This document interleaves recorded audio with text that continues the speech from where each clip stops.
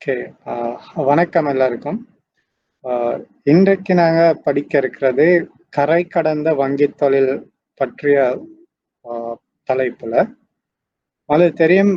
ஏற்கனவே சொல்லப்பட்ட மாதிரி, வணிக வங்கிகளுக்கும், சிறப்பு வாய்ந்த வங்கிகளுக்கும் இடையிலான வேறுபாடுகள்ல ஒன்று தான், வணிக வங்கிகளுக்கு மாத்திரமே கரை கடந்த வங்கித் தொழில் மேற்கொள்ள முடியும். அப்ப சிறப்பியல்பு வாய்ந்த வங்கிகளை பொறுத்தவரையில அவர்களால கரை கடந்த வங்கி தொழில்கள்ல ஈடுபட முடியாது. இது 2 வங்கி முறைமைக்கு இடையிலான அல்லது உரிமம்.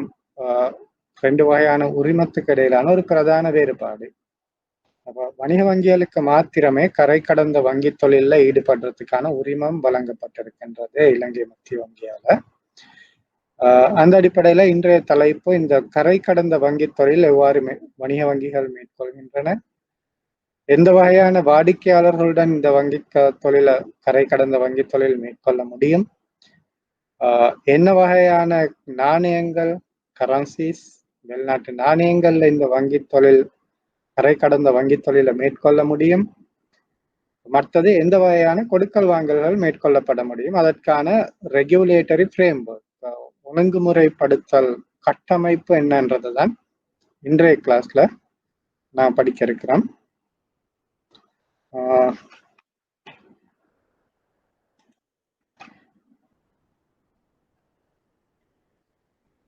அந்த வகையில நாங்கள் சில டெர்மினாலஜி, சில சொற்பிரயோகங்கள் தெரிஞ்சிருக்க வேண்டும்.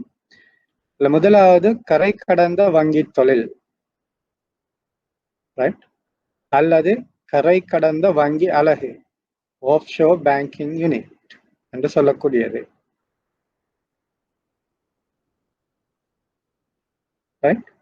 அப்ப இந்த ஆஃப்ஷோர் பேங்கிங் யூனிட் ஒரு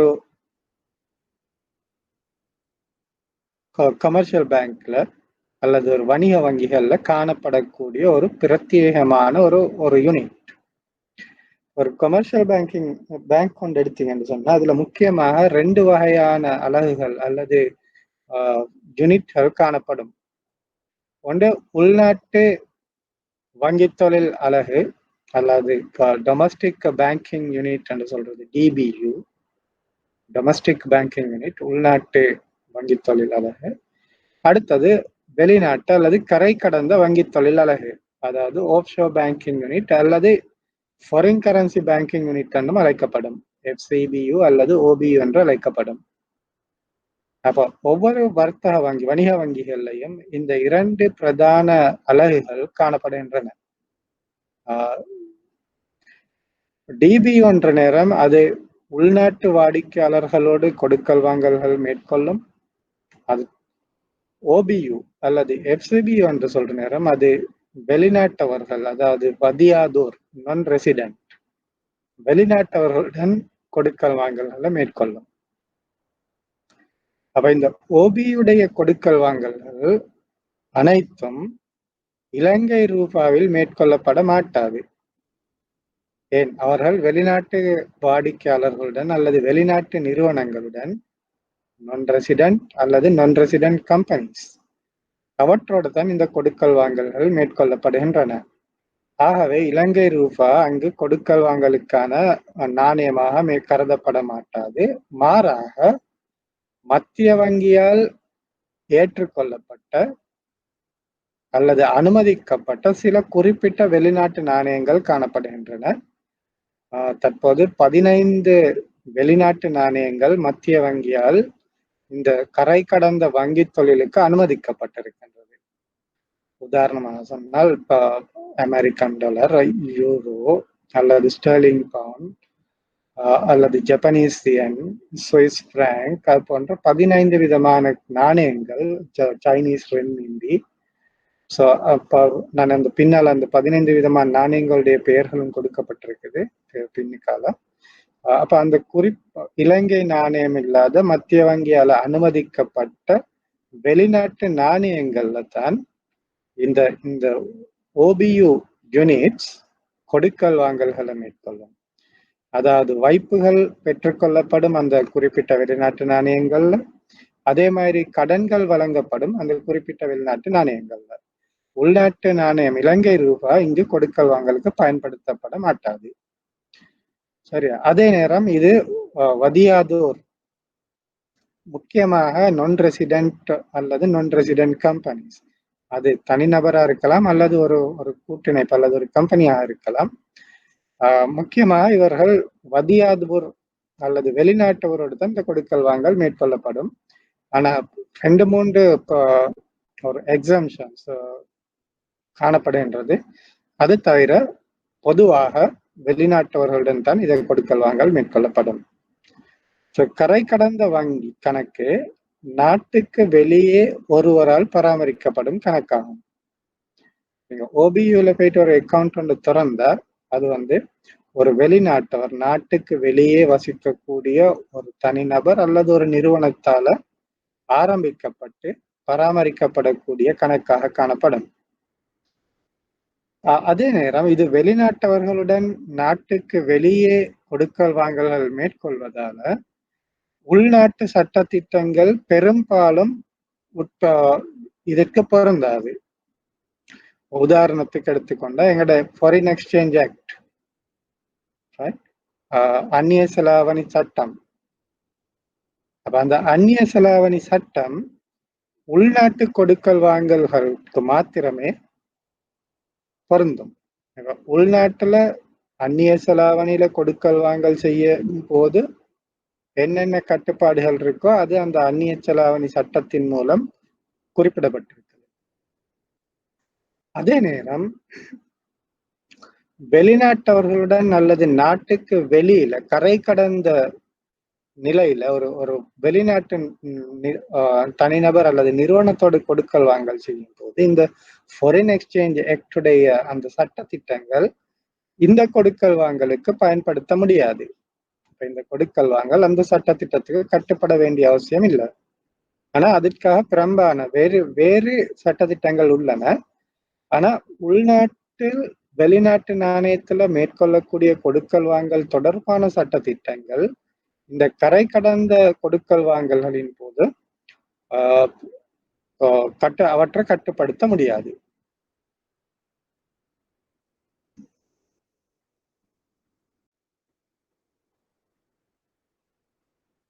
அப்ப ஹிஸ்டரி என்னன்னு பார்த்தா எப்படி இந்த ஓபியு யூனிட் இலங்கையில அறிமுகப்படுத்தப்பட்டது, அது எவ்வாறு உருவாக்கப்பட்டது என்று பார்த்தா இதுக்கு முக்கியமான காரணம் 1977 ஆண்டு நாட்டுல அறிமுகப்படுத்தப்பட்ட தாராளமயமாக்கல் பொருளாதார கொள்கை, எக்கானமிக் லிபரலைசேஷன். இது தெரியும். 77 ஆண்டுக்கு முன்னர் இலங்கை ஒரு மூடப்பட்ட பொருளாதார கொள்கையை தான் கொண்டிருந்தது. இறக்குமதிகள் காணப்படவில்லை, ஏற்றுமதிகள் ஓரளவு காணப்பட்டது, வெளிநாட்டு முதலீடுகள் உள்நாட்டிற்கு அனுமதிக்கப்படவில்லை.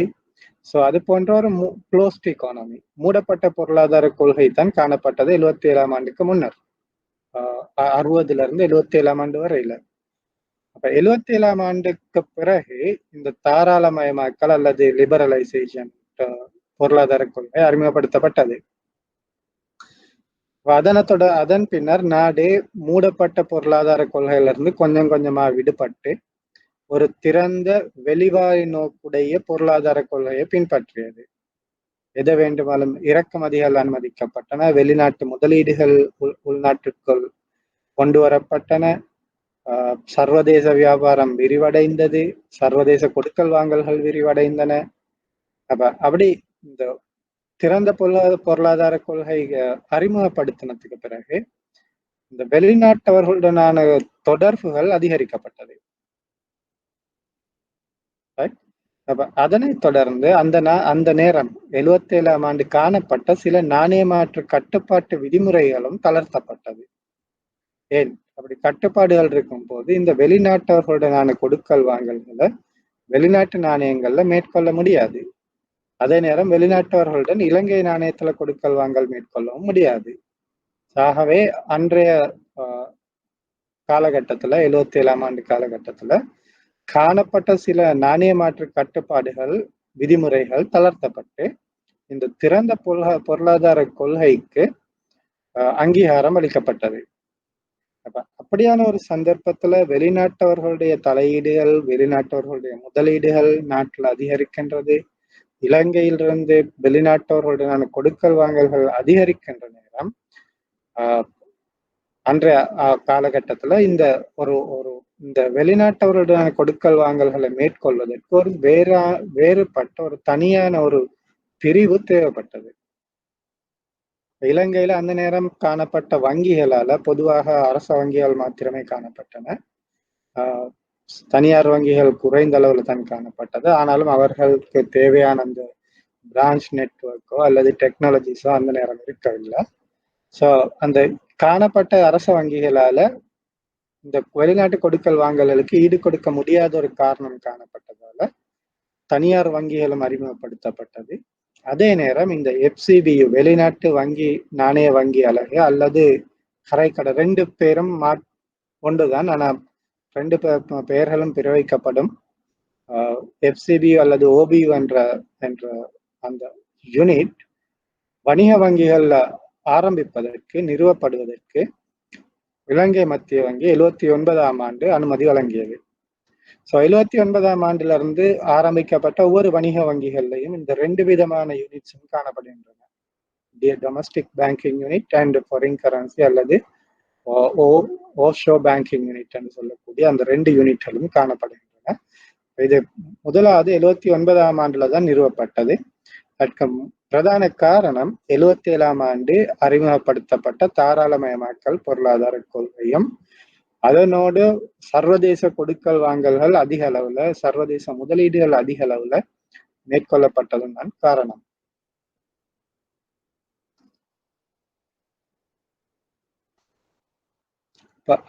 அதனை தொடர்ந்து 1988ஆம் ஆண்டின் 30ஆம் இலக்க வங்கி தொழில் சட்டத்தின் 4ஆம் பகுதி அறிமுகப்படுத்தப்பட்டது.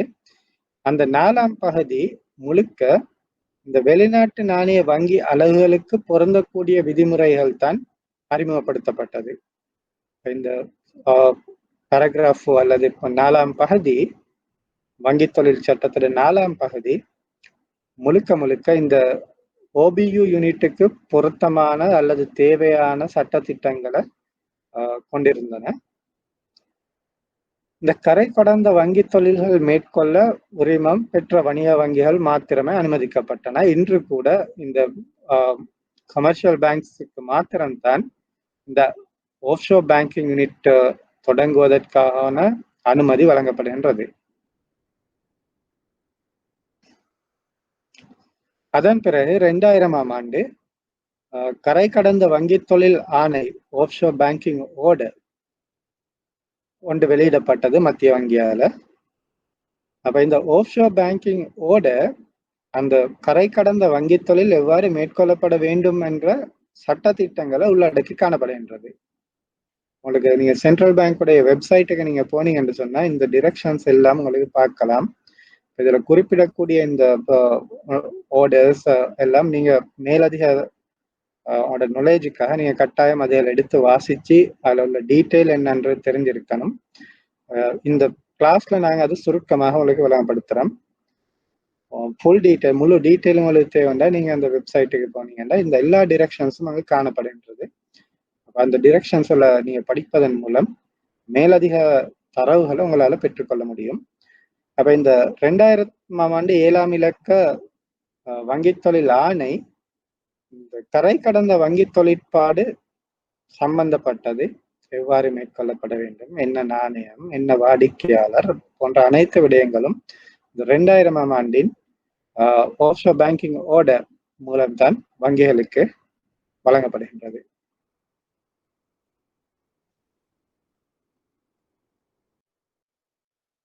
அடுத்தது, ஏன் இந்த வங்கி கணக்கை பேண வேண்டும், இதால என்ன நன்மை, ஏன் டிபியு மட்டும் இருந்தா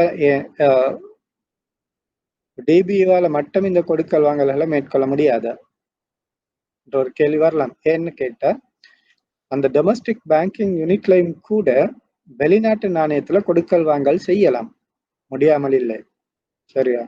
டிபியுல ருபீஸ், ஸ்ரீலங்கன் ருபீஸ்லயும் அதே நேரம் ஃபாரின் கரன்சி வெளிநாட்டு நாணயங்கள்லையும் கொடுக்கல் வாங்கல் செய்ய முடியும்.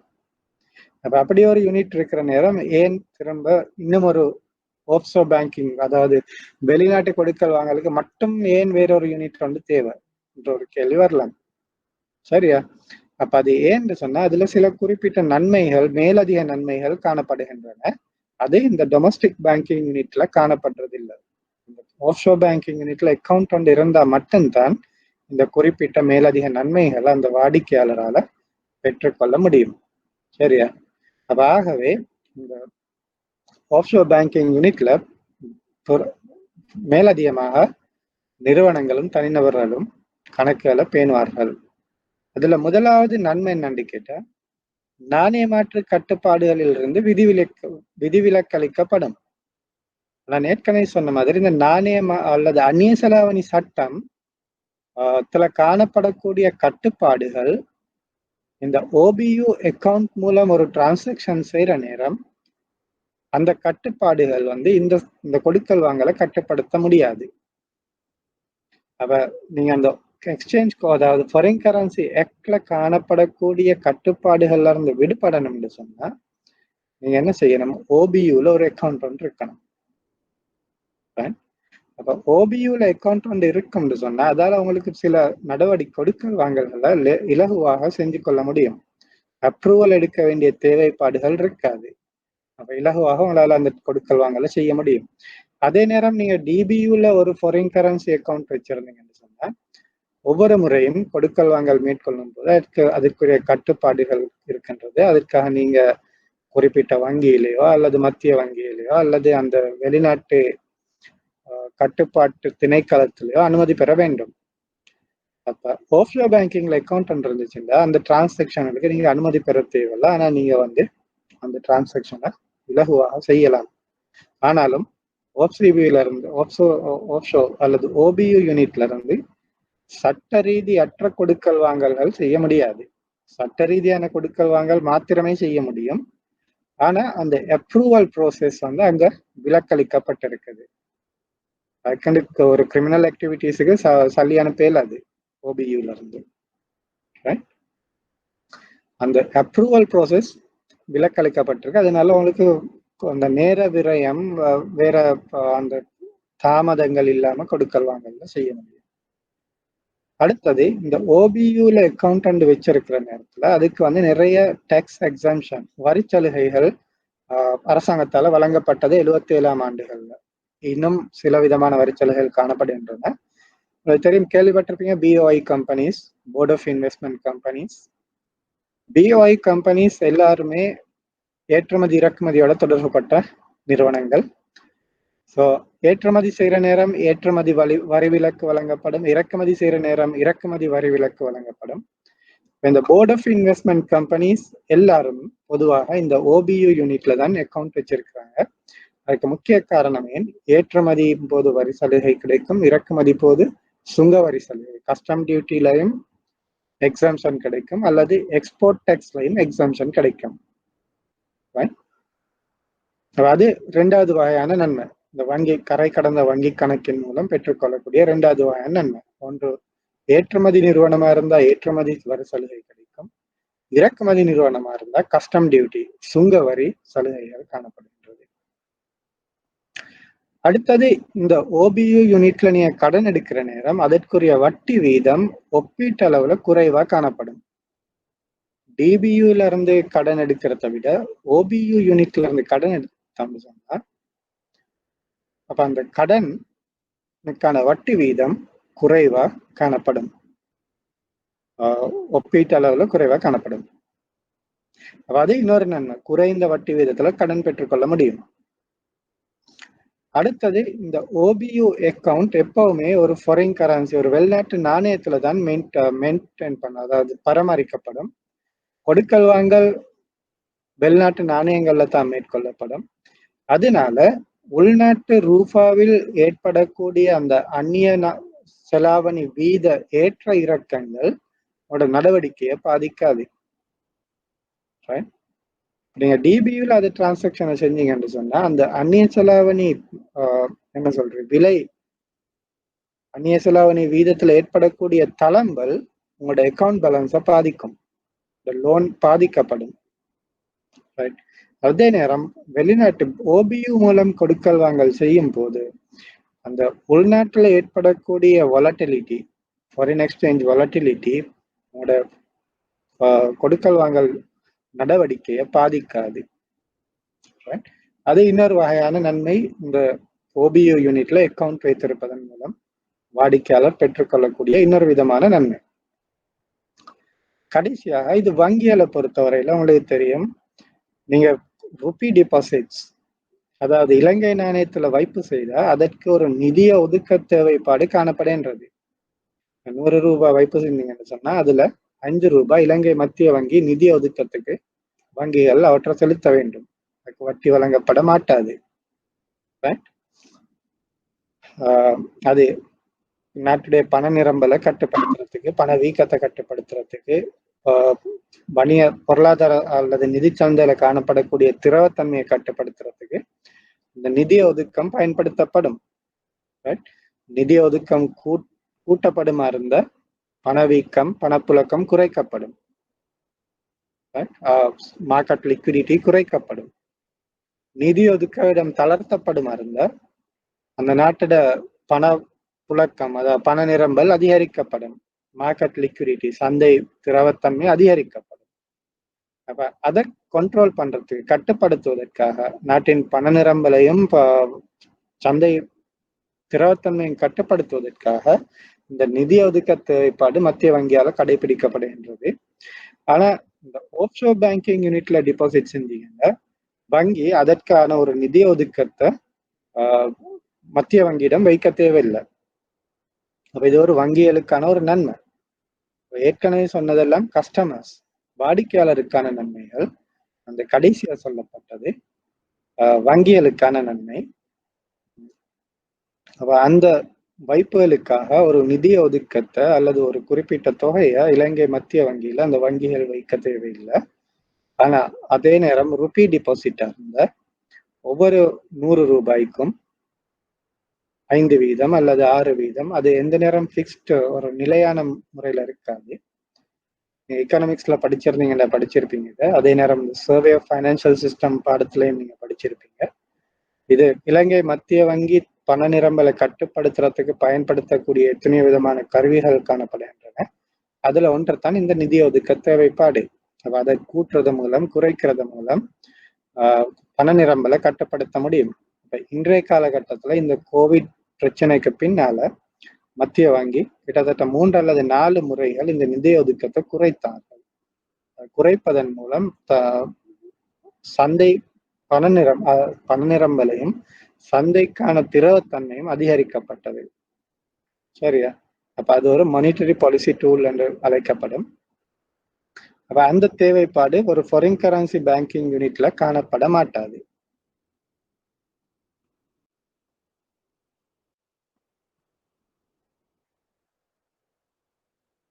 ஓகே, ஏதாவது டவுட் இருக்குதா யாஷினி?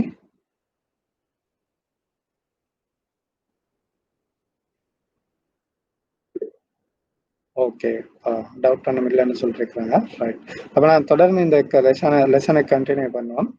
இல்லை இந்த ப்ரெசன்டேஷன் ஸ்லைடு எதுவும் விலங்கல்ல அப்படி எதுவும் பிரச்சனை இருந்தால் நீங்கள் ஒரு டெக்ஸ்ட் மெசேஜ், அந்த ஒரு சேட்டில் ஒரு மெசேஜ் ஒன்று அனுப்புங்க. அப்போ அதை எங்களுக்கு பார்க்கலாம். Okay, thank you.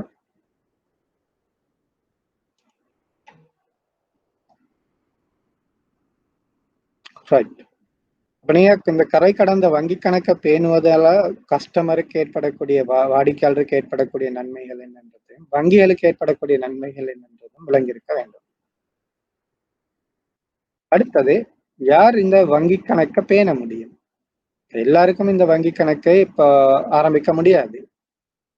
நான் ஏற்கனவே சொன்னேன், இது இப்போ வதியாதோர், அதாவது நான் ரெசிடென்ட், இலங்கையில வசிக்காத இலங்கையர் அல்லாதவர்களுக்கு வழங்கப்படக்கூடிய ஒரு கணக்கு. ஆனா அதுல சில எக்ஸம்ஷன்ஸ், சில என்ன சொல்றாங்க, எக்ஸம்ஷன் காணப்படுகின்றது. இப்போ BOI company, board of investment அங்கீகாரம் பெற்ற வியாபார நிறுவனங்களுக்கு இந்த ஓபியு யூனிட்ல வைப்பு செய்யவும் முடியும், கடன் வாங்கவும் முடியும், கொடுக்கல் வாங்கல் மேற்கொள்ள முடியும். ஆனா பிஓஐ கம்பெனின்றது ஒரு ரெசிடென்ட் கம்பெனி, இலங்கையில காணப்படக்கூடிய ஒரு கம்பெனி. சரியா? ஆனா ரெசிடென்ட் கம்பெனியா இருந்தாலும் கூட இது ஒரு ஒரு சிறப்பு விதிவிலக்காக இந்த பிஓஐ அங்கீகாரம் பெற்ற இலங்கையில காணப்படக்கூடிய நிறுவனங்கள், கம்பெனிகளுக்கு இந்த விதிவிலக்கு அளிக்கப்பட்டிருக்கின்றது. அதன் அடிப்படையில இந்த பிஓஐ கம்பெனி ரெசிடென்ட் கம்பெனியாக இருந்தாலும் கூட இந்த ஓபியு கணக்குகளை அவங்களால ஆரம்பிக்க முடியும், வைப்புகள் மேற்கொள்ள முடியும், ஓபியு அலகுகளிலிருந்து கடன்கள் பெற்றுக்கொள்ள முடியும். இரண்டாவது வதியாதோர், நான் ரெசிடென்ட், இலங்கை நாட்டில் வசிக்காதவர்கள். அது நிறுவனங்களாக இருக்கலாம் அல்லது தனிநபராக இருக்கலாம். வெளிநாட்டுல இருக்கக்கூடிய நிறுவனங்களா இருக்கலாம், வெளிநாட்டுல வசிக்கக்கூடிய தனிநபரா இருக்கலாம், அல்லது இரண்டு வங்கிகளுக்கிடையிலான அல்லது ரெண்டு ஓபியு, இலங்கையில காணக்கூடிய இரண்டு வணிக வங்கிகளின் ஓபியுகளுக்கு இடையிலான கொடுக்கல் வாங்கல்லாம் இருக்கலாம். அதாவது உதாரணத்துக்கு சொன்னா பேங்க் ஆஃப் சிலோன் உடைய ஓபியு அலகு கமர்ஷியல் பேங்க்ல இருக்கக்கூடிய ஓபியுல ஒரு அக்கௌண்ட் வச்சிருக்கலாம். அதே மாதிரி அந்த Bank of Ceylon OBU unit People's Bank OBU யூனிட்ல இருந்து கடன் பெறலாம் அல்லது கடன் கொடுக்கலாம். அப்ப அந்த ரெண்டு ஓபியு கடையிலான நடவடிக்கையும் கூட வதியாதோர் என்ற கேட்டகரியில தான் உள்ளடக்கப்படுகின்றது. ஏண்டா அதுக்கு காரணம் ஓபியு இலங்கைக்கு வெளிப்பட்ட கரை கடந்த நிலைமை ஒரு அடிப்படையாக கொண்டதாகத்தான் கருதப்படும். வங்கியில இலங்கையில தான் இருக்குது, இலங்கையில காணப்படக்கூடிய வங்கிக்குள்ளத்தான் இருக்குது. ஆனாலும் கூட அது சட்ட ரீதியாக கரை கடந்த நிலைமையில தொழிற்படக்கூடிய ஒரு நிறுவனமாகத்தான் கருதப்படும். அப்ப ஓபியு ஒரு நான் ரெசிடென்ட் என்ற ஸ்டேட்டஸ், அந்த ஸ்டேட்டஸ்ல தான் சட்டத்தின் அடிப்படையில கருதப்படுகின்றது. ஆகவே அதுவும் வதியாதோர் என்ற கேட்டகரி, அந்த பிரிவுக்குள்ளத்தான் உள்ளடக்கப்படுகின்றது. அதற்கு மேலதிகமா நாணய மாற்று நிறுவனங்கள், எக்ஸ்சேஞ்ச் ஹவுஸ். உங்களுக்கு தெரியும், வெளிநாட்டுல வேலை செய்யறவர்களுக்கு இலங்கைக்கு சல்லி அனுப்புறது, இலங்கையில உள்ளவர்கள் வெளிநாட்டுல அவனோட பிள்ளைகள் படிக்கிறண்டா அல்லது டியூஷன் ஃபீ அல்லது ஹாஸ்டல் ஃபீ, லிவிங் எக்ஸ்பென்சஸ், அது போன்ற கொடுக்கல் வாங்கல்கள் இலங்கையில் உள்ளவர்கள் செய்யறதுக்கு ஒரு எக்ஸ்சேஞ்ச் ஹவுஸ் தேவைப்படும். அந்த ரெமிட்டன்ஸ், அந்த கொடுக்கல் வாங்கல் செய்யறதுக்கு.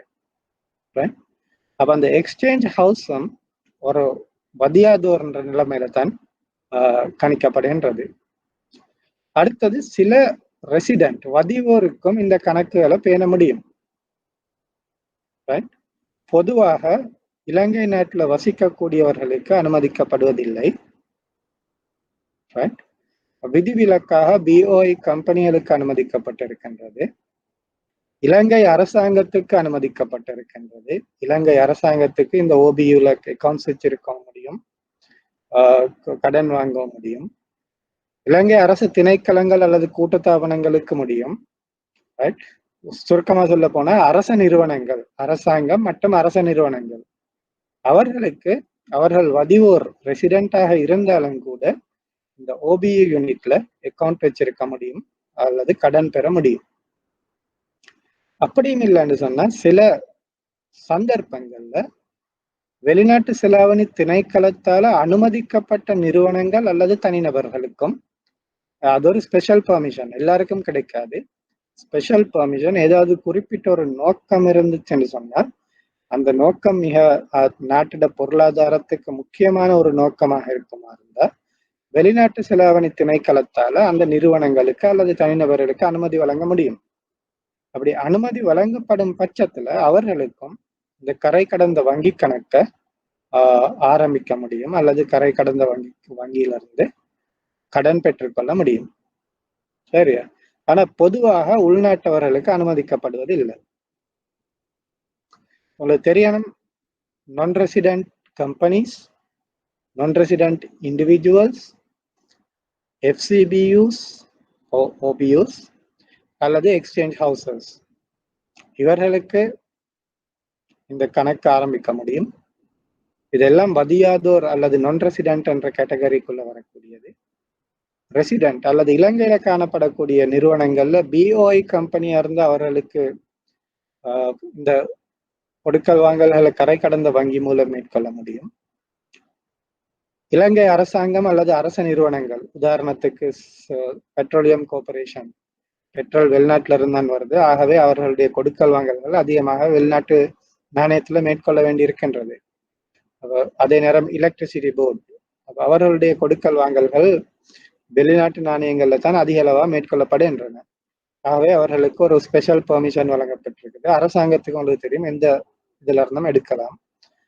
அது தவிர திணைக்களத்தால, வெளிநாட்டு செலாவணி திணைக்களத்தால விசேஷ அனுமதி வழங்கப்பட்டிருந்த அப்படி வழங்கப்பட்ட தனிநபர்களுக்கும் நிறுவனங்களுக்கும் கணக்குகளை ஆரம்பிக்க முடியும்.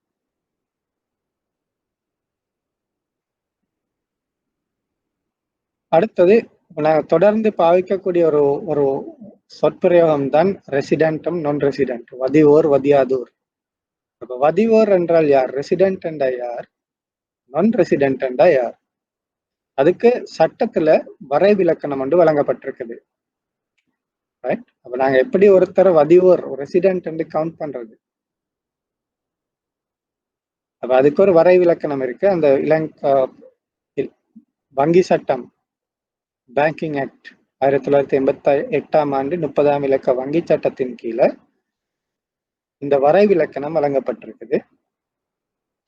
அப்ப அதுல வதிவோர் என்றால் இலங்கையில் வசிக்கும் இலங்கையர்கள், அவர்கள் ரெசிடென்ட். நீங்க இலங்கையர், இலங்கையில வசிக்கிறீங்க, ரெசிடென்ட். ரைட்?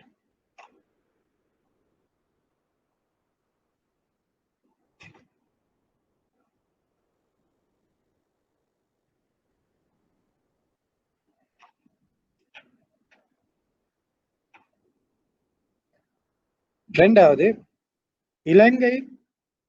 இலங்கையர் இல்ல, நீ ஒரு வெளிநாட்டவர். ஆனா 6 மாத காலத்துக்கு மேல நீங்க இலங்கையில வசிக்கிறீங்க. ஒரு வெளிநாட்டவர், ஆனா இலங்கையில 6 மாதமா இருக்கிறீங்க. தொடர்ந்து இலங்கையில இருக்கிறதுக்கு நீங்க விரும்புறீங்கன்னு சொன்னா நீங்களும் ரெசிடென்டாகத்தான் கருதப்படும். உதாரணத்துக்கு எம்பசிஸ்ல வேலை செய்யக்கூடிய வெளிநாட்டவர்கள் வருடக்கணக்கில் இலங்கையில தான் வேலை செய்யறாங்க. அதே மாதிரி வெளிநாட்டு நிறுவனங்கள் இலங்கையில கிளைகள் காணப்படும் போது வெளிநாட்டவர்கள் இலங்கைக்கு வேலை செய்வார்கள். அப்ப அவர்கள் 6 மாதத்துக்கு கூட 180 நாட்களுக்கு கூடுதலாக இலங்கையில இருப்பார்கள் என்று சொன்னா அவர்கள் வெளிநாட்டவராக இருந்தாலும் கூட ரெசிடென்ட்டை வதிவோர்னு தான் கருத்தில் கொள்ளப்படும். அடுத்தது, இலங்கையில் கூட்டிணைக்கப்பட்ட ஒரு நிறுவனம், இலங்கையில ஆரம்பிக்கப்பட்ட அல்லது இப்போ ரெஜிஸ்டர் பண்ணப்பட்ட ஒரு கம்பெனி அல்லது ஒரு ஸ்டாட்யூட்டரி பாடி, ஒரு கூட்டாண்மை அல்லது ஏதாவது ஒரு அமைப்புகள். அப்ப இலங்கையில ஏதாவது ஒரு சட்டத்தின் கீழ் பதியப்பட்ட ஒரு நிறுவனம், கம்பெனி என்ற கம்பெனி ஆக்டுக்கு கீழே ரெஜிஸ்டர் பண்ணியிருப்பாங்க. கோஆபரேட் என்று சொன்னா ஒரு ஸ்டாட்யூட்டரி பாடி, ஒரு அரச நிறுவனமா இருந்தா அது குறிப்பிட்ட ஒரு சட்டத்தின் கீழ் நிறுவப்பட்டிருக்கும். அப்படி இல்லை வேற சோல் ப்ரொப்ரைட்டர்ஷிப்போ அல்லது பார்ட்னர்ஷிப்பா இருந்தா அது ஒரு அவர்களுக்குரிய சட்டத்தின் கீழ் நிறுவப்பட்டிருக்கும். அப்படி இலங்கையில ஏதாவது ஒரு சட்டத்தின் கீழ் பதியப்பட்ட ஒரு நிறுவனமா இருந்தா அது வதிவோர் என்று அழைக்கப்படும். அதே நேரம் வெளிநாட்டு சட்டத்தின் கீழ் பதியப்பட்டு இலங்கையில் செயல்படுத்தப்படும் ஒரு கிளை அல்லது ஒரு துணை கம்பெனி அல்லது ஒரு அலுவலகம், அப்ப அந்த கம்பெனி தொடர்ச்சியா இலங்கையில தான் தொழிற்படுது. உங்களுக்கு தெரியும், பேங்க்ல எடுத்தீங்கன்னா என்கிட்ட ஃபாரின் பேங்க்ஸ் இருக்குது. 1930ஆம் ஆண்டுல இருந்து இலங்கையில வெளிநாட்டு வங்கிகள் காணப்படுகின்றன. 1930ஆம் ஆண்டுல இருந்து. அப்ப அந்த வெளிநாட்டு வங்கிகள் இலங்கையில நிறுவப்படவில்லை. அப்ப அது நிறுவப்பட்டிருப்பது குறிப்பிட்ட வெளிநாட்டுல. ஆனா அவர்கள் இலங்கையில ஒரு பிரான்ச், ஒரு கிளை ஒன்று ஆரம்பித்திருப்பாங்க. அப்ப இலங்கை காணப்படக்கூடிய எந்த ஒரு வங்கியும், வெளிநாட்டு வங்கியும் இலங்கையில் கம்பெனி சட்டத்தின் கீழ் பதியப்பட்ட ஒரு வங்கி இல்லை. ரைட். இலங்கையில அப்படி வங்கிகள் இல்லை. இலங்கையில காணப்படக்கூடிய அனைத்து வெளிநாட்டு வங்கிகளுமே அந்த வெளிநாட்டில் பதியப்பட்ட வங்கியின் கிளைகள்.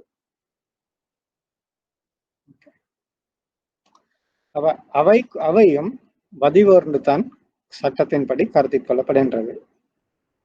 அடுத்தது சப்சிடரி கம்பெனிஸ், துணை கம்பெனி. வெளிநாட்டுல பதியப்பட்ட ஒரு கம்பெனி இலங்கையில ஒரு சப்சிடரி ஆரம்பிக்கலாம், ஒரு துணை கம்பெனி ஆரம்பிக்கலாம். அப்ப அந்த துணை கம்பெனி இலங்கையில காணக்கூடிய கம்பெனி சட்டத்தின் கீழ் பதியப்பட வேண்டும்.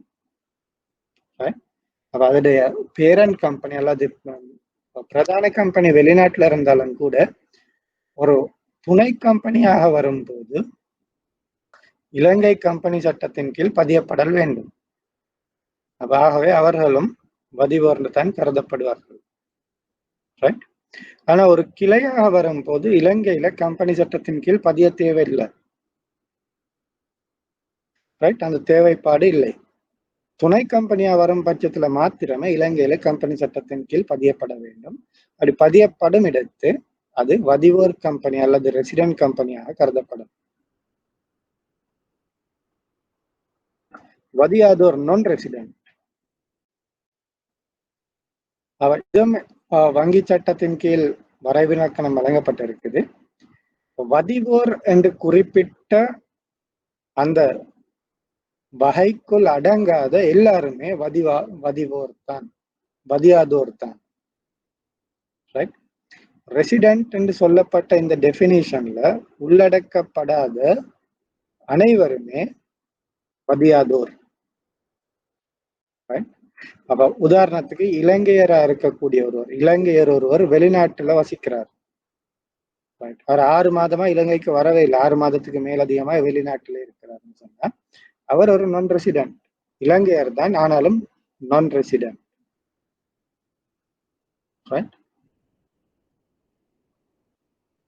அவ இந்த வதிவோர் என்ற வரைவிலக்கணத்துல உள்ளடக்கப்படாத எந்த தனிநபரா இருந்தாலும் எந்த நிறுவனமா இருந்தாலும் அவை வதியாதோர் என்ற கேட்டகரி, அந்த பிரிவுக்குள்ளதான் உள்ளடக்கப்படும்.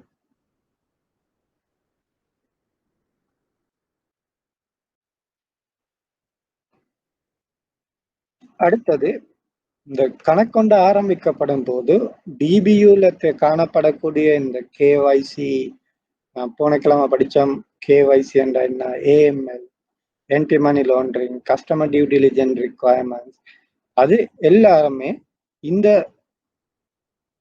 ஓபியு கணக்கு திறக்கும் போதும் கடைபிடிக்கப்பட வேண்டும். அதுல எந்த மாற்றமும் இல்லை. அதே கேஒய்சி ரிக்வயர்மெண்ட் ஓபியு அக்கௌண்ட்ஸ் திறக்கும் போதும் காணப்படுகின்றது. ஆன்டி மணி லாண்டரிங் சம்பந்தப்பட்ட அனைத்து சட்ட திட்டங்களும் ஓபியுக்கும் பொருந்தும். கஸ்டமர் டியூ டிலிஜென்ஸ் சம்பந்தப்பட்ட அனைத்து தேவைப்பாடுகளும் ஓபியு அக்கௌண்ட்ஸுக்கும் பொருந்தும்.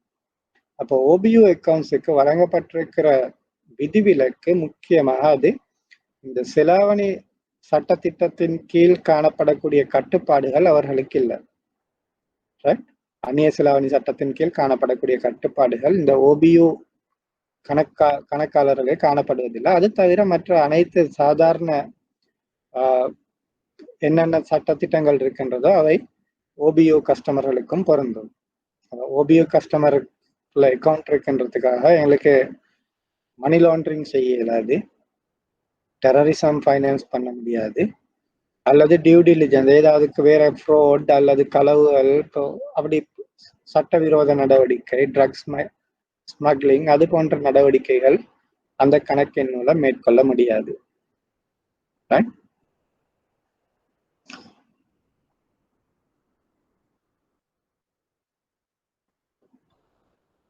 அடுத்தது கரை கடந்த வங்கி தொழில் அலகுகளால் மேற்கொள்ளப்படும் வியாபார நடவடிக்கைகளின் போது, இது பொது அல்ல, போது டைப்பிங் மிஸ்டேக் ஒன்று இருக்குது.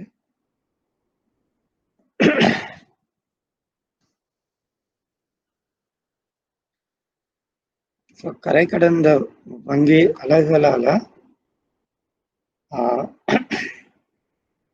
கொடுக்கல் வாங்கல் செய்யும் போது என்னென்ன நடவடிக்கைகள் கடைபிடிக்கப்பட வேண்டும் என்று பார்ப்போம். நியமிக்கப்பட்ட வெளிநாட்டு நாணயங்கள்ல மாத்திரமே கணக்குகள் பராமரிக்கப்பட வேண்டும். நான் ஏற்கனவே சொன்னேன், மத்திய வங்கியால 15 விதமான வெளிநாட்டு நாணயங்கள் அங்கீகரிக்கப்பட்டிருக்கின்றன. அப்ப இந்த ஓபியூல அக்கவுண்ட் கணக்கு வச்சிருந்தா அல்லது கடன் வாங்குற நேரம் அந்த குறிப்பிட்ட 15 நாணயத்துல ஏதாவது நாணயங்கள்ல மாத்திரம்தான் கொடுக்கல் வாங்கல் நடைபெற வேண்டும். ஏனைய நாணயங்கள்ல கொடுக்கல் வாங்கல் மேற்கொள்ள முடியாது. ரைட்? அந்த அங்கீகரிக்கப்பட்ட நாணயத்துல மாத்திரமே கொடுக்கல் வாங்கல் மேற்கொள்ளப்படல் வேண்டும்.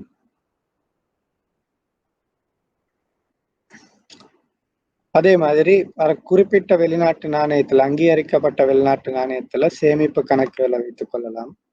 தவணை வைப்புகள் ஆரம்பிக்க முடியும். நடைமுறை வைப்புகள் ஏற்றுக்கொள்ளப்பட முடியும். அப்ப பிக்ஸ் டிபாசிட் தவணை வைப்பா இருந்தா குறைஞ்சது 10,000 அமெரிக்க டாலர் அல்லது அதற்கு சமமான வேறு அனுமதிக்கப்பட்ட நாணயமாக இருக்க வேண்டும். ஒரு 10,000 அமெரிக்கன் டாலராவது நீங்க டிபாசிட் பண்றதுக்கு உங்கள்ட்ட சல்லி இருக்கணும். அப்படி இருந்தா தான் ஒரு பிக்ஸ் டிபாசிட் அக்கௌண்ட் வந்து எஃப்சிபியூல தொடங்க முடியும். அப்படி இல்லைன்னா எஃப்சிபியூல அக்கௌண்ட் ஆரம்பிக்க முடியாது. 10,000 அமெரிக்க டாலர் அல்லது அதற்கு சமமான வேறு நாட்டு நாணயங்களா இருக்கலாம்.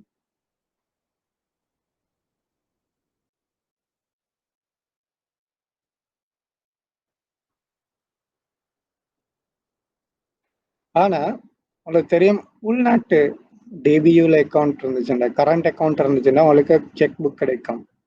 அப்ப செக் புக் மூலம், காசோலை மூலம் நீங்க கொடுக்கல் வாங்கல் செய்யலாம். ரைட்? காசோலை மூலம் உங்களுக்கு பணத்தை வித்ட்ரா பண்ண முடியும். அக்கௌண்ட்ல உள்ள பணத்தை காசோலை மூலம் எடுக்கலாம், திரும்ப பெறலாம். ஆனா கரை கடந்த வங்கி தொழில இந்த காசோலை விநியோகிக்கப்படுவதில்லை. ஸோ காசோலை மூலமான கொடுக்கல் வாங்கல்கள் இந்த ஓபியூ கொடுக்கல் வாங்கல்களில் அனுமதிக்கப்படுவதில்லை. ஸோ ஓபியூ அக்கௌண்ட்டுக்கு செக் வழங்கப்பட மாட்டாது, செக் டிரான்சாக்சனும் நடைபெற மாட்டாது.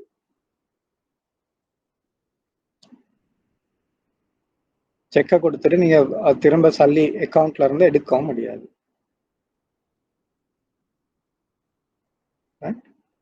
இன்னும் ஒரு விடயம் என்னன்னு கேட்டா, இப்ப நீங்க இப்போ ஓபியூ அக்கௌண்ட்ல இருந்து நீங்க சல்லி வித்ட்ரா பண்றீங்கன்னா, உதாரணத்துக்கு இப்போ உங்களுக்கு ஒரு டாலர் அக்கௌண்ட் ஒன்று இருக்குது, டாலர் ஓபியூ அக்கௌண்ட். நீங்க சல்லி வித்ட்ரா பண்ற நேரம் உங்களுக்கு டாலராகத்தான் சல்லி கிடைக்கும்.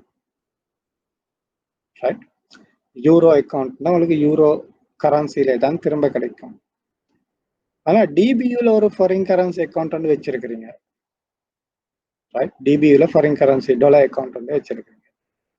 நீங்க அந்த நேரம் அந்த டிபியூல காணப்படக்கூடிய டாலர் அக்கௌண்ட்ல இருந்து சல்லி எடுத்தீங்கன்னா உங்களுக்கு டாலரா கிடைக்காது. அது இலங்கை ரூபாய்க்கு மாற்றப்பட்டு அந்த பெறுமதிக்குரிய இலங்கை ரூபாய் தான் வழங்கப்படும். அப்ப உதாரணத்துக்கு $1000 எடுத்தீங்கன்னா உங்களுக்கு 18,000 ரூபாய் கிடைக்கும். எவ்வளவு கன்வெர்ட் பண்ணி பாருங்க, 185, 1,85,000 ரூபாய் கிடைக்கும். 1,85,000 ரூபாய் தான் கிடைக்கும், ரூபால தான் கிடைக்கும். ஆனா எஃப்சிபியூல காணப்படக்கூடிய டாலர் அக்கௌண்ட்ல இருந்து சல்லி திரும்ப பெறுற நேரம் அது டாலராகவே தான் அல்லது ஏதோ அந்த கரன்சியிலே தான் வழங்கப்படும். யூரோ அக்கௌண்ட் யூரோவாக வழங்கப்படும், ஸ்டெர்லிங் பவுண்ட் அக்கௌண்ட் ஸ்டெர்லிங் பவுண்டா வழங்கப்படும். அப்ப அது இன்னும் ஒரு அட்வான்டேஜ் இந்த ஓபியூ கணக்கு இருக்கிறவர்களுக்கு அந்த நாட்டு சல்லிலே எடுத்துக்கொள்ளலாம். டிபியூவா இருந்தா அது ரூபாய்க்கு மாற்றப்பட்டு ரூபாயில தான் வழங்கப்படும்.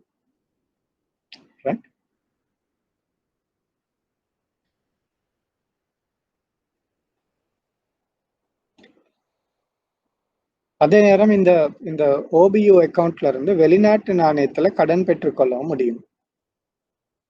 Dollar loan, sterling pound loan அப்படி பெற்றுக்கொள்ள முடியும். வெளிநாட்டு நாணயத்துல டிபாசிட் செய்யவும் முடியும், வைப்பு செய்யவும் முடியும். அதே நேரம் வெளிநாட்டு நாணயத்துல கடன் பெற்றுக்கொள்ளவும் முடியும், கடன் வழங்கவும் முடியும். ஒரு வங்கி இன்னொரு வங்கிக்கு கடன் கொடுக்கிறேன்டா அது வெளிநாட்டு நாணயத்துல கொடுக்கலாம். உங்களுக்கு தெரியும், இலங்கையில காணப்படக்கூடிய எவ்வளவோ விதமான ஃபாரின் ப்ராஜெக்ட்ஸ், உதாரணத்துக்கு மால்டீவ்ஸ்ல இலங்கை கம்பெனிகள், நிறைய இலங்கை கம்பெனிகள் மால்டீவ்ஸ் நாட்டுல அவங்க நிறைய ப்ராஜெக்ட் செய்யறாங்க, ஹோட்டல் ப்ராஜெக்ட் செய்யறாங்க. அதே மாதிரி வேற வேற நாடுகள்லையும் இலங்கை கம்பெனிகள் முதலீடுகள் செய்து அங்க கொடுக்கல் வாங்கல் மேற்கொள்கின்றது. அப்ப அது போன்ற கம்பெனிகளுக்கு இந்த எஃப்சிபி யூனிட் மூலம் வெளிநாட்டு நாணயத்திலே கடன் வழங்க முடியும். அனுமதிக்கப்பட்ட வெளிநாட்டு நாணயத்துல கடன் வழங்க முடியும். அதே நேரம் அந்த அனுமதிக்கப்பட்ட வெளிநாட்டு நாணயத்துல நாணய கடிதங்கள் வழங்க முடியும், லெட்டர் ஆஃப் கிரெடிட். ஏன் இது இம்போர்ட் எக்ஸ்போர்ட், ஏற்றுமதி இறக்குமதியோட தொடர்புபட்ட நிறுவனங்களாக காணப்படும். ஆகவே அவர்கள் ஏற்றுமதி இறக்குமதி செய்யற நேரம் இந்த லெட்டர் ஆஃப் கிரெடிட் அல்லது நாணய கடிதம்ன்றது ஒரு முக்கியமான ஒரு ஆவணம். அப்ப அது கூட இந்த வெளிநாட்டு நாணயத்துல வழங்க முடியும். பேங்க் கரண்டி, வங்கி கரண்டி என்ன சொல்றேன், பிணையம், வங்கி பிணையங்கள் வெளிநாட்டு நாணயத்துல வழங்க முடியும். சுருக்கமா சொல்றேன்டா, உள்நாட்டு வங்கி தொழில என்னென்ன வங்கி சேவைகள் வாடிக்கையாளருக்கு வழங்கப்படுதோ அவை அனைத்துமே வெளிநாட்டு நாணயத்துல இந்த வாடிக்கையாளர்களுக்கு வழங்க முடியும். டிபாசிட் வச்சிருக்கலாம், லோன் கொடுக்கலாம், லெட்டர் ஆஃப் கிரெடிட் போன்ற ஏற்றுமதி இறக்குமதி தொடர்பான நடவடிக்கைகள் மேற்கொள்ள முடியும், பேங்க் கேரண்டிஸ் கொடுக்க முடியும், நிறைய விடயங்கள் உங்களுக்கு செய்யலாம்.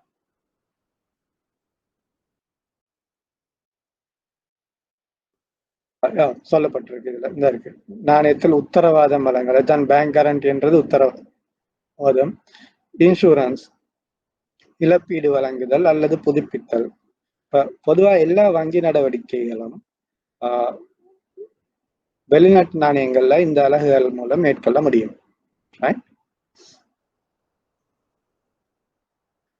அதே நேரம் இலங்கையில காணப்படக்கூடிய வேனைய ஓபியு யூனிட் அவற்றோடும் கொடுக்கல் வாங்கல்ல ஈடுபட முடியும்.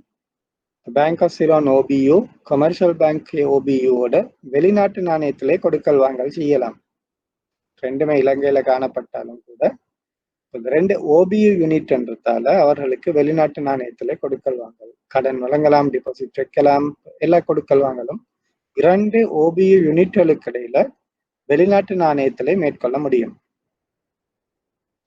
இதற்கு மேலதிகமாக நிதி அமைச்சரின் அனுமதியுடன், தெரியும், ஃபைனான்ஸ் மினிஸ்டர், அவருடைய அனுமதியோட மத்திய வங்கியின் நாணய சபையால் அங்கீகரிக்கப்பட்ட எந்த ஒரு கொடுக்கல் வாங்கலும் மேற்கொள்ள முடியும். அப்ப அது மாதிரியான சந்தர்ப்பத்துல ஸ்பெஷல் பெர்மிஷன், விசேஷ அனுமதி பெறப்பட வேண்டும். அது முதலாவது இலங்கை மத்திய வங்கியுடைய நாணய சபையிலிருந்து அனுமதி பெற வேண்டும். அதற்கு பின்னர் அந்த அந்த அனுமதிய நிதி அமைச்சரிடம் சமர்ப்பித்து அவர்கிட்டருந்தும் அனுமதி பெற வேண்டும். நிதி அமைச்சர் அனுமதியோடையும் இலங்கை மத்திய வங்கியிட நாணய சபையிட அனுமதியோடையும் வேற எந்த ஒரு நோக்கத்துக்காகவும் அந்த கணக்குகள் ஆரம்பிக்க முடியும் அல்லது கொடுக்கல் வாங்கல்கள் மேற்கொள்ள முடியும். ஆனா அந்த அப்ளிகேஷன் விண்ணப்பம் செய்யற நேரம் இலங்கை மத்திய வங்கி அதை செக் பண்ணும். என்ன காரணம், இது கொடுக்க வேண்டுமா, இதை கொடுக்கறதால இந்த நாட்டோட பொருளாதாரத்துக்கு என்ன நன்மை, அல்லது இந்த நாட்டோட பொருளாதார அந்நிய செலாவணியில என்ன பாதிப்பு ஏற்படும், அந்நிய செலாவணி விலை தளம்பல் ஏற்படுமா, ரைட்? அது போன்ற எல்லாம் கன்சிடர் பண்ணி ஒரு ஓவரால் பெனிஃபிட் ஒன்று இருக்கும்னு சொன்னா, இந்த ஒட்டுமொத்த பொருளாதாரத்துக்கு ஒரு பெனிஃபிட், ஒரு நன்மை கிடைக்குமா இருந்தா அதுக்கு விசேட அனுமதி வழங்கப்படலாம்.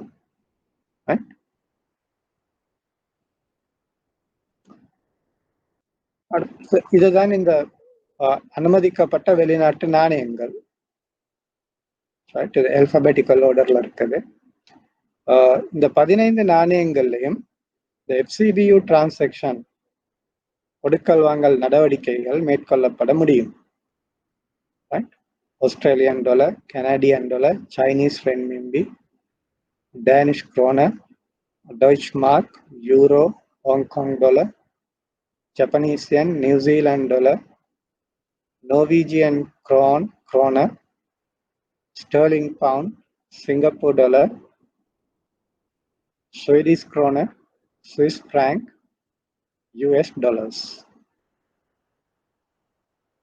ரைட்? ஸோ இந்த நாணயங்கள்ல மாத்திரம்தான் இந்த கொடுக்கல் வாங்கல் மேற்கொள்ள முடியும். ஓகே. இன்னைக்கு உண்மையில இந்த இந்த தலைப்பு வந்து ஒரு சின்ன தலைப்பா தான் காணப்படுது. நினைச்சதையும் விட குயிக்கா இதை முடிச்சிட்டேன். ஏதாவது டவுட் இருக்குதா? இல்ல ஏதாவது கேள்விகள் கேட்க இருக்கா? இல்ல இந்த டாபிக்கா அல்லது இதுவரைக்கும் படிச்ச ஏதாவது விடயங்கள்ல ஏதாவது டவுட்கள் இருக்குதா?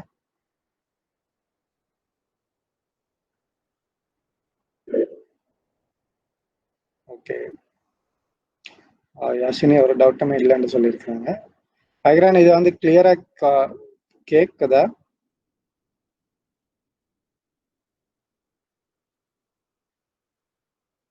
ஓகே, சரி. இனிமேலே என்கிட்ட வேற ஹேண்ட் அவுட்டோ எதுவும் இல்லை தொடர்ந்து இந்த கிளாஸ் செய்யறதுக்கு. நான் நினைச்சேன் குறைஞ்சது ஒரு ஹவராவது செய்யலாம்னு. ஆனால் அதை விட குயிக்கா முடிஞ்சிட்டு எப்படி கிளாஸும் 12 மணிக்கு மாதிரி முடிக்கிற நோக்கம் தான் இருந்தது.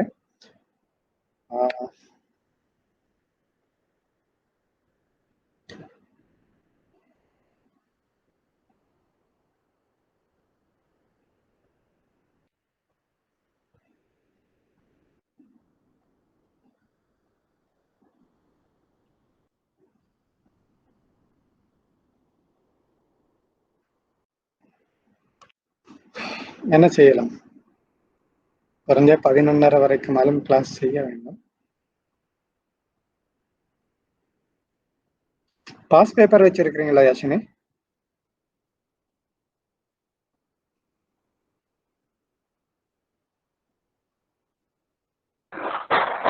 சார் இருக்கு. நான் இப்பதான் ஸ்டார்ட் பண்ணிருக்கேன். நான் இங்க ஒரு வேற ஊருக்கு வந்திருக்கோம். வீட்ல இருக்கு பாஸ் பேப்பர். அப்படியா?